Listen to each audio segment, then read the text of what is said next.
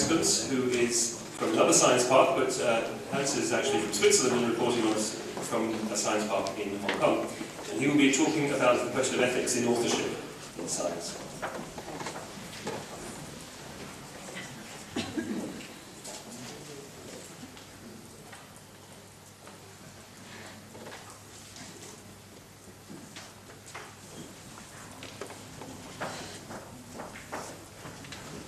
Good morning. I still say good morning, although it's almost lunchtime. And I, at the same time, would also like to say good morning to the live stream viewers. We shouldn't forget them, because today we can see technology supports science. And I think it's great that the organization has made this possible. I would like to ask the question first. How many of you have visited China or Hong Kong? Basically, quite a number. Thank you very much. Well, you know that the driving force today is really China. When you think that 1 million cars are put on the road in 1 month, then you know that technology transfer has really taken place. I was in China the first time in 1977, when you had almost no cars, and the girls were not allowed to wear skirts and had to cut their hair. And when you see today what a driving force that is. Well, this is, of course, I lived there for more than 30 years, and as you can see, the golden egg, the egg means a lot to the Chinese. It is fertility. And those who have been in China, they know that Hong Kong and China are basically one country, but we work with two systems. One is capitalistic and one is communistic. So basically, I always say Hong Kong is the University of Capitalism.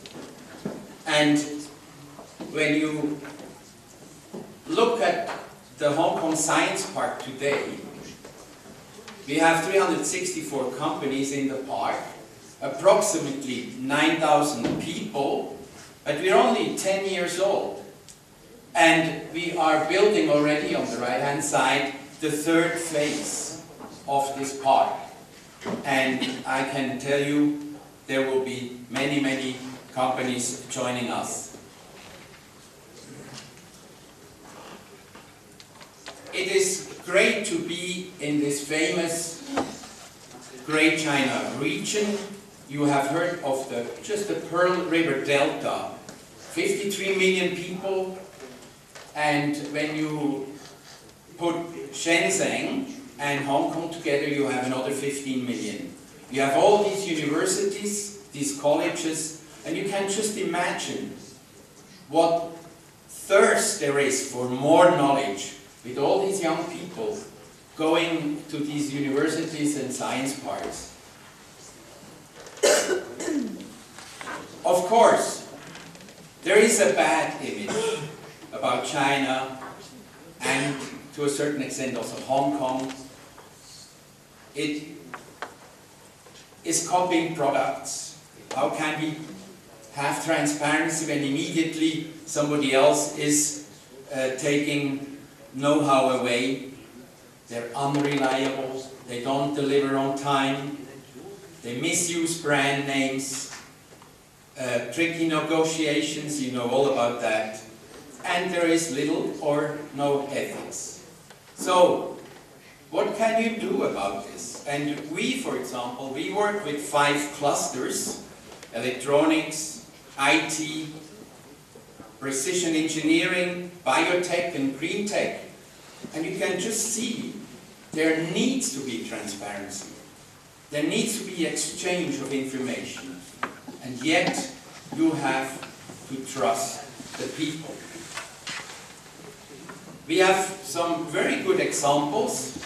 There is the Hong Kong Science Innovation Circle, where exchange are happening. We have DuPont Apollo, who has their R&D center in our park, but the production is actually across the border in China. And DuPont Apollo has said, we only work with people, suppliers, that are also located in the park. So you can see they actually go for transparency and exchange of information.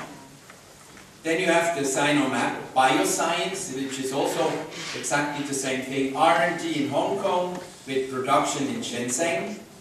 And we have the Memo of Understanding between the Guangzhou Research Institute and OME Technology for LED certification. So there's a lot of knowledge that is being transferred. And how can you then assure that people stick to the rules? So how do you actually achieve transparency? You have to build a trustworthy environment. You have to work with people with the mindset for powerful synergies, an openness, and willing to share. We have heard that before with Stanislav and Annie and Maria. We're all talking about sharing information. And I can tell you, in our region, there is a thirst of receiving information. So therefore, we need to establish some rules that we have a clear cut when it comes to transparency. Communication excellence. Competition can actually be a catalyst for joint success. We have to have dedicated staff. We have to have trust. And what I always use, we have to have people that see problems as opportunities. So we cannot get away from people. And you have to establish some platforms. These are basically that you have to establish the rules and also work with good communication, with innovation circles, network of experts, trustworthy partnerships. You know, when you have heard so many times, people go into China and then they say, well, we have found partners and they're fantastic and it will work. And basically, 2 years later, it's a shamble. It's not going to work. But they haven't done their job. They haven't done their homework. They didn't look at the partner. So this is actually where you have to have transparency also when it comes to knowing your partner and when you establish a kind of venture.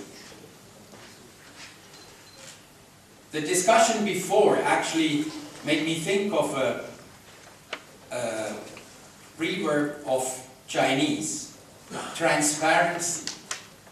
And going public, for example, when you put some information of your company or yourself on the net, the Chinese have a saying, when the milk is spoiled and it boils over the pan, you cannot put it back into the pot.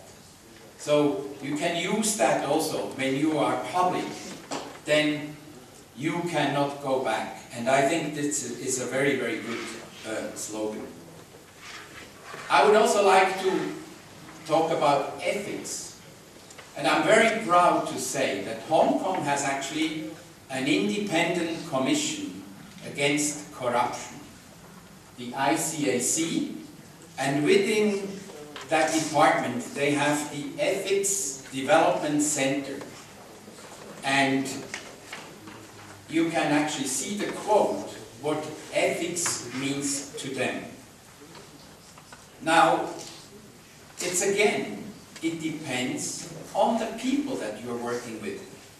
The professional integrity, the proper handling of ethical challenges, establishing a platform of trust. And I believe here the leaders have to take the initiative and become a role model, because otherwise it's not going to happen. You need loyal and well-paid employees, caring professors, transparency within the government and good policies, and knowing and trusting the people you work with. So, when you want transparency and ethics, you have to build trust. And that's hard work. Because nothing happens in this world unless at least two people get together. So this is where it starts. And leaders as role models, I think that's what is key. So I can just summarize. The ball is in your court. Thank you.